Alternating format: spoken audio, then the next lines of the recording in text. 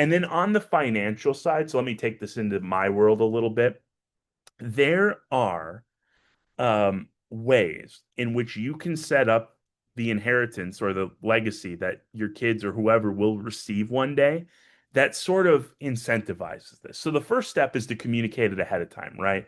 But the second step is there are vehicles to pass money on where it's not just they get a check and it's their money and they can do whatever they want with it. I get this question all the time in terms of grandkids, right? Because grandkids, if they're especially if they're under 18, you're like, well, let's see how life goes and whether we can really trust them to inherit a bunch of money.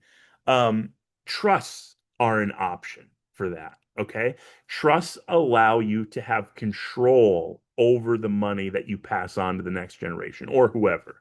Um, you can set rules in there and it can run the gamut from I would only like this to be used for education and shelter. Okay, so that's pretty blanket.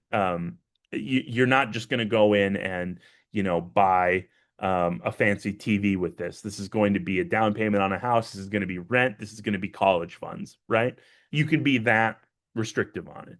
You can also say, hey, I want some of this money to go to the grandkids, but I want the parents, even though the grandkids are over 18, to be the trustee. So they're the gatekeeper on the money. So essentially, the grandkids still got to run it by their parents when they want to take money out of this account that they've inherited. That's another way to do it.